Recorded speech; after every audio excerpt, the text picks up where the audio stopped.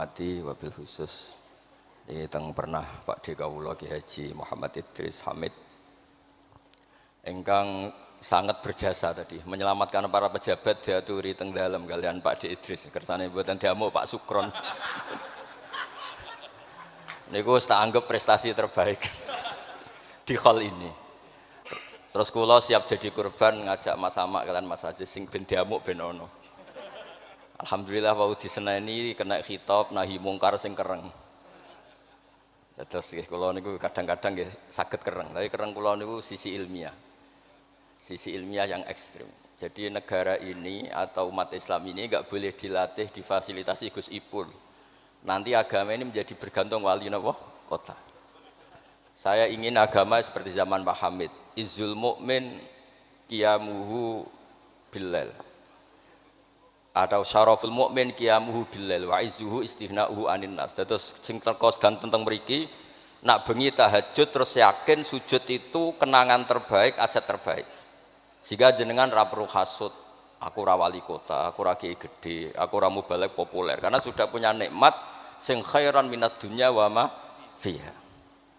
Dados mengke Menteri Keuangan nggih kepenak, Menteri Wados wau Mas Anas nggih kepenak, mergi mboten dituntut macam-macam. Orang asik dengan tahajud, dengan sujud. Tapi kalau masyarakat kita ndak asik dengan tahajud, ndak asik dengan sujud, penggaweane demo nuntut pemerintah. Dados solusi bangsa ini tidak sekedar pemerintah itu baik, pemimpin itu baik, tapi rakyat juga baik. Kula nate matur teng Ki Hasib, putranipun Mbah Wahab. Kebaikan konsensus itu dimulai dari kita. Misalnya barokahnya orang Indonesia itu sholat. Itu banyak orang yang punya anak cantik itu dilamar orang kaya tidak mau hanya karena yang kaya ini tidak sholat. Padahal kalau nikah sama orang kaya ekonominya selesai. Padahal miskin sekali. Jadi rakyat itu pun heroik Gusipul. Demi cari mantu yang sholat itu direwangi di mantu melarat santri mergo sholat. Sing lamar sugih mboten sholat. Nah kalau rakyat sudah punya konsensus gitu, mereka tidak akan milih pemimpin yang terkenal tidak sholat, apapun baiknya sosialnya. Sehingga tolok ukur kebenaran ini menjadi tolok ukur politik juga. Kan nggak mungkin masyarakat yang sholat terus nganggap pemimpin yang baik itu yang tidak sholat. Masyarakat kita anti zina, anti prostitusi, karena itu fahisyah. Sehingga juga tidak milih pemimpin yang punya perilaku seperti itu. Masyarakat kita humanis, menghormati hak-hak orang lain, hak buruh, juga tidak akan milih pemimpin yang jahat, yang sadis, yang macam-macam. Nah nilai bersama ini yang coba kita bangun. Rau Dawe Pak Sukron bikin sakofa Islamiyah. Sehingga ini dimulai dari kita. Kemudian barokahnya ilmu, kalau kita sudah senang sujud, saya punya banyak hadis diantara dijelaskan, setan itu paling menangis kalau melihat orang mukmin sujud. Kata setan itu, gara-gara sujud saya dikeluarkan dari surga karena menolak sujud tadi. Kalau niku Mbak Idris nate teng beberapa daerah yang luar biasa susahnya. Niku barokah boten bergantung wali kota Pak Ibu. Kalau jadi kiai gede paling nyesal itu satu. Kiai-kiai kecil itu di daerah-daerah tertinggal itu mendirikan masjid. Kiai nak pun gede kados kula diundang ning masjid disangoni kas masjid. Wong niku nyesal kula teng Pangeran Montek amen. Sing kiai cilik melarat muassisul masjid banil masjid sing kadang kiai gede kados kula disangoni dhuwit kotak masjid. Lha sing kiai cilik iku gawe masjid, sing kiai gede entuk kok masjid. Itu barokahnya ilmu, saya bisa istighfar. Kalau saya tidak punya ilmu seperti itu, tidak punya ilmu warok seperti itu, mungkin bangga untuk sanggup kok kotak masjid niku bangga. Jadi saya mohon dah dilatih. Keilmuan itu dilatih. Sehingga barokahnya itu juga nura yamsi bihi finnas. Allah tidak ngendikan nura yamsi fil madaris wala fil muassasah wala fil masajid, tapi yamsi bihi finnas.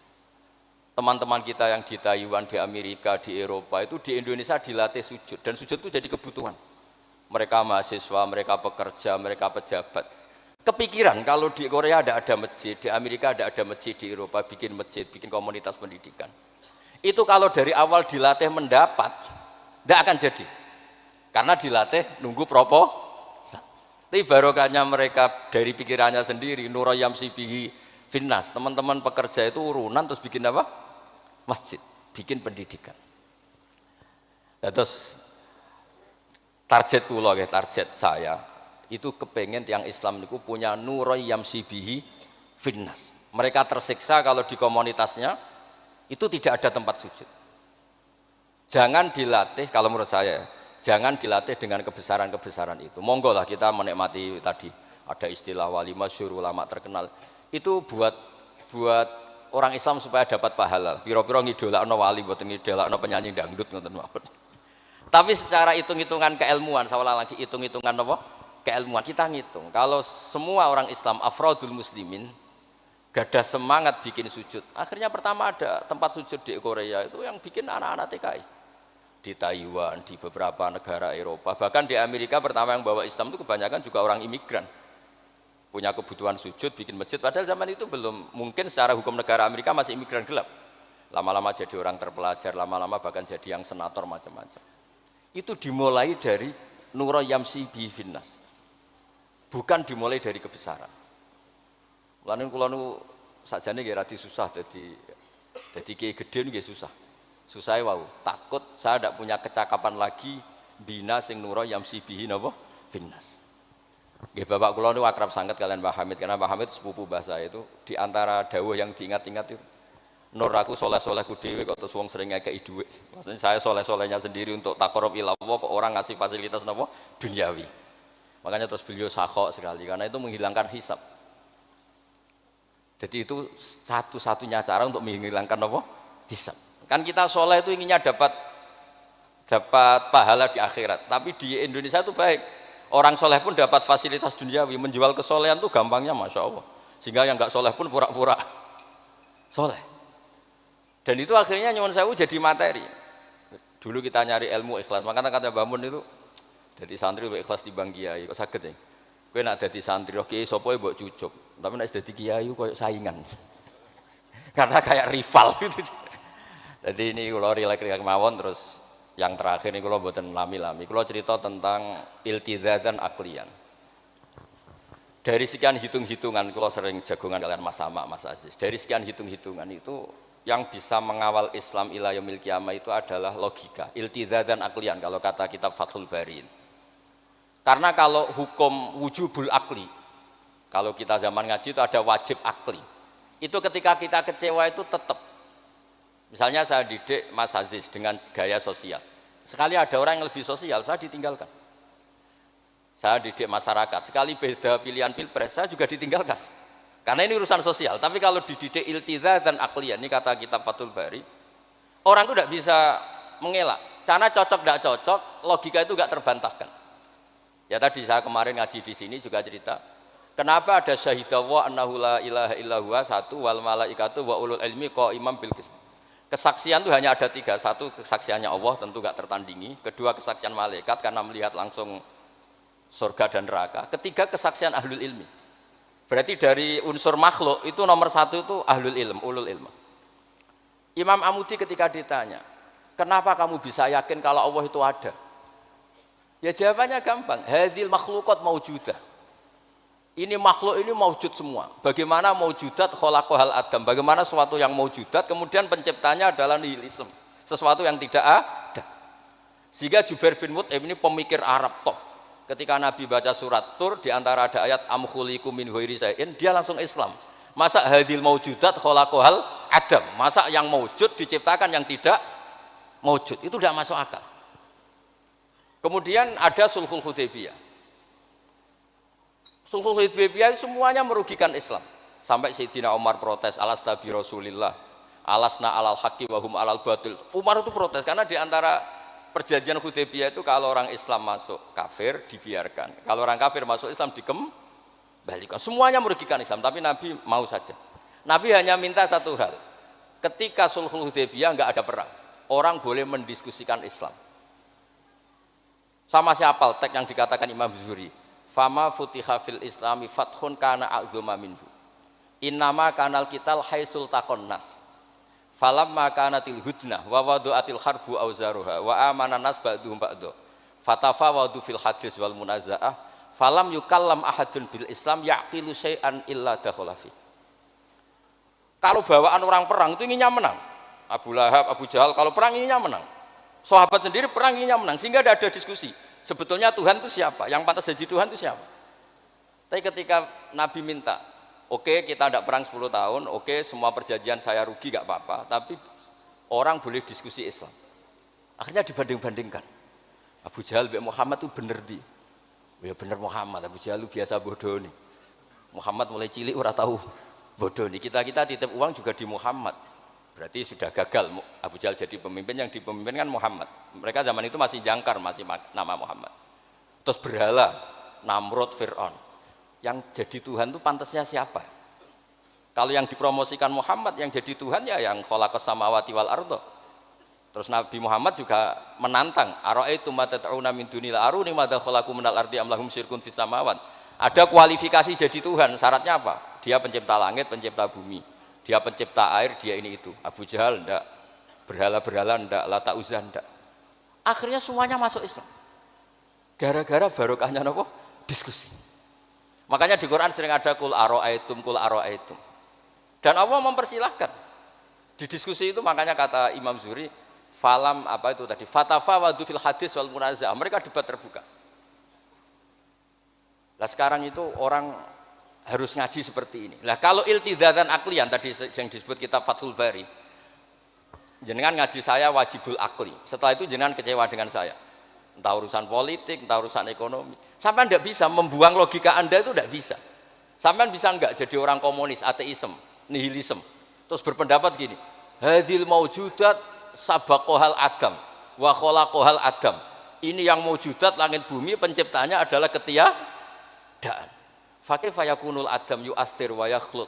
Bagaimana sesuatu yang tidak ada kemudian bisa menciptakan. Jadi akhirnya paham nihilisme inilah. Barokahnya ya kayak Indonesia itu. Kadang di tonggo kiai ini wis kereng, rapati sosial. Ya tetap Islam. Mergo iso kecewa kiai tapi wong ora iso kecewa mbek napa? Islam.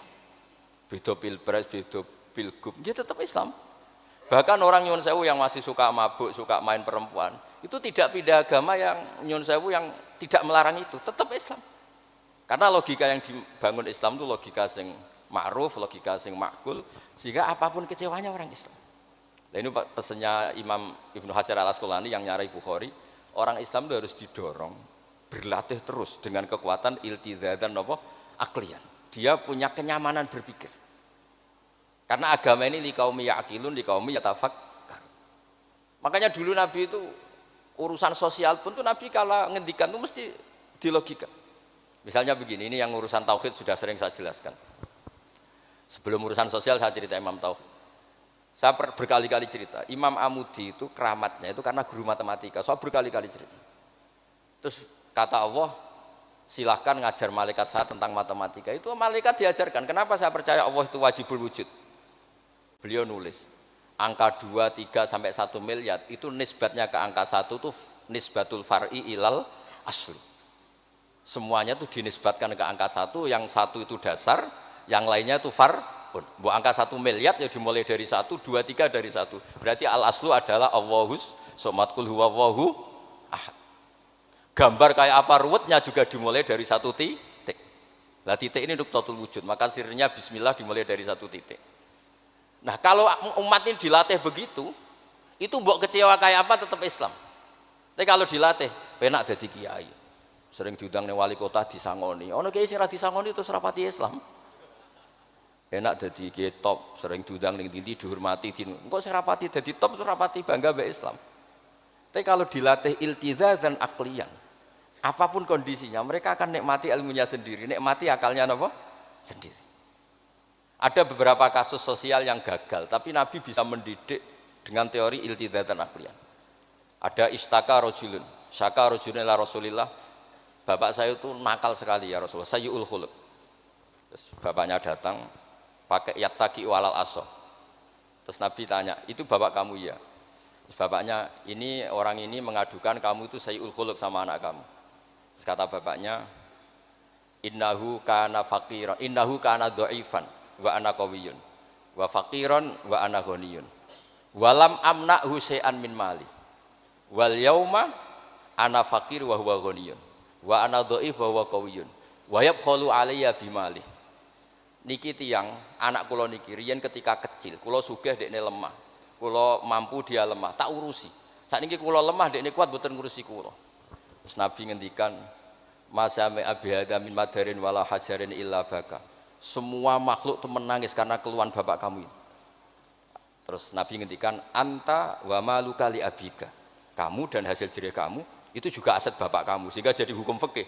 Kalau al-qatil itu walid tidak bisa dikisos. Bahkan hibatul walid ya waladi boleh dirujuk. Pokoknya selalu orang tua punya hukum apa? Khusus. Ada kejadian lagi imro'atun melapor ke Nabi. Dilaporkan kalau dia sayyi'atul khuluq. Ibu saya itu sayyi'atul khuluq gini-gini ya Rasulullah. Jawabnya Nabi unik. 5 dalam takun kadzalik khina hamalat katis ata asyurin. Kenapa kamu tidak ngomel-ngomel seperti ini ketika dun di kaumi ya tafakkar. Kalau agama ini dijual dengan isu-isu sosial, itu bahayanya itu orang-orang kecewa. Loh, saya itu akrab sama Gus Ipul, belum pernah main ke wali kota, bukan sok-sokan zuhud. Mau nak disangoni, terus suatu saat rah disangoni sedarani medit. Terus kurang suguhannya tersinggung, terus ribet-ribet. Soalnya agama kalau dijual sosial itu ribet. Karena terus tuntutannya itu mukafaah. Makanya Nabi itu dulu pinter sekali kalau misalnya masalah zina. Ada pemuda itu hiperseks, nggak bisa Islam karena kalau Islam itu melarang zina. Akhirnya geger istadzana fi zina. Saya mau masuk Islam tapi boleh zina. Geger kan sahabat menghalau supaya nggak sowan Nabi. Ketika geger-geger Nabi tahu itu ada apa? Ada pemuda mau masuk Islam tapi yastadzinu fi zina, dia harus boleh zina. Kata Nabi, "Mah, suruh sini." Betul kamu pemuda yang mau masuk Islam kalau tetap boleh zina? Ya Rasulullah, saya ini hiperseks, saya ini. Kata Nabi ngendikan pertama itu atuhibbuhu li ummi. Kamu suka anak ibu kamu jadi demenan orang? Ya tidak suka ya Rasulullah. Atuhibbuhu li bintik. Kamu suka punya putri yang jadi demenannya orang? Ya tidak suka Nabi. Terus atuhibbuhu li kholatik, atuhibbuhu li ammatik. Terus dia selalu jawab walan nasuhibbuna. Semua orang tidak suka kalau ibunya begini, putrinya begini, gini. Terus kata pemuda tadi, demi Allah, saya belum keluar dari majelis Rasulullah, tidak ada sesuatu yang abghadha syai'in ilayya minaz zina. Tidak ada sesuatu yang paling saya benci kayak zina, karena diset. Ya sama seperti kita mungkin yang jadi kiai-kiai gede itu dalile al yadul ulya khairul minal sufla, tapi prestasi dadi kiai entuk ora tau memberi. Ya sama seperti yang zaman Pak Sukron Makmun. Dulu kiai-kiai dulu itu berjasa, sekarang kita itu makan apa? Jasa. Jadi ini ya tadi karena saya ingat betul di antara wasiatnya Mbah Hamid itu masih sepupunya mbah saya itu ke bapak saya ke aku itu soleh-solehku dhewe tak golek ridane pengiran tapi mbek wong dihormati koyo ngene. Kadang kan beliau itu sembunyi karena dengar mau ada orang ngasih uang. Itu yang diceritakan abahnya Mas Arwani Pak Taifur. Mbah Hamid itu sembunyi ditanya sama Pale kok sembunyi kenging ngopo. Iku ana wong ngenteni aku pengen ngekeki dhuwit. Lah niku kiai-kiai jarang wani crita niku mergo ketoke kok piye.